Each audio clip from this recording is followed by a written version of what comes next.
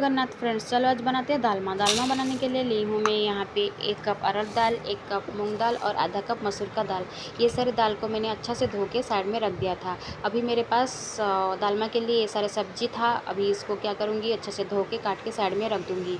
अभी जो दाल मैंने साइड में रखा था फूल के ऐसे हो गया है। अभी देखिए इसको क्या करेंगे, प्रेशर कुकर में पानी के साथ चढ़ा देंगे। उसके बाद इसमें थोड़ा सा हल्दी और नमक मिला के एक उबाल आने के लिए छोड़ देंगे। अभी मेरे पास थोड़ा सा कच्चा कला था, उसको काट के मैंने हल्दी मिला के रख दिया। देखिए अभी मेरा जो दाल है एक उबाल आ गया है इसमें। इसके बाद क्या करेंगे, जो सब्ज़ी हमने काट के रखे थे इसमें डाल देंगे और इसमें थोड़ा सा हींग भी डालेंगे।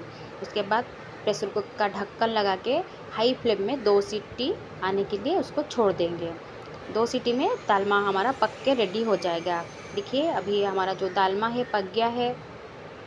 अभी क्या करेंगे, उसमें तड़का लगाएंगे। तड़का के लिए मैं तड़का पैन में ली हूँ 2 टेबलस्पून घी और इसमें सूखा मिर्चा और जीरा डाल दी हूँ।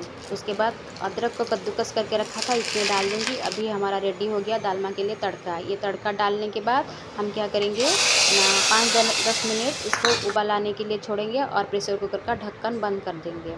उसके बाद इसमें थोड़ा सा भुना हुआ जीरा पाउडर डाल देंगे।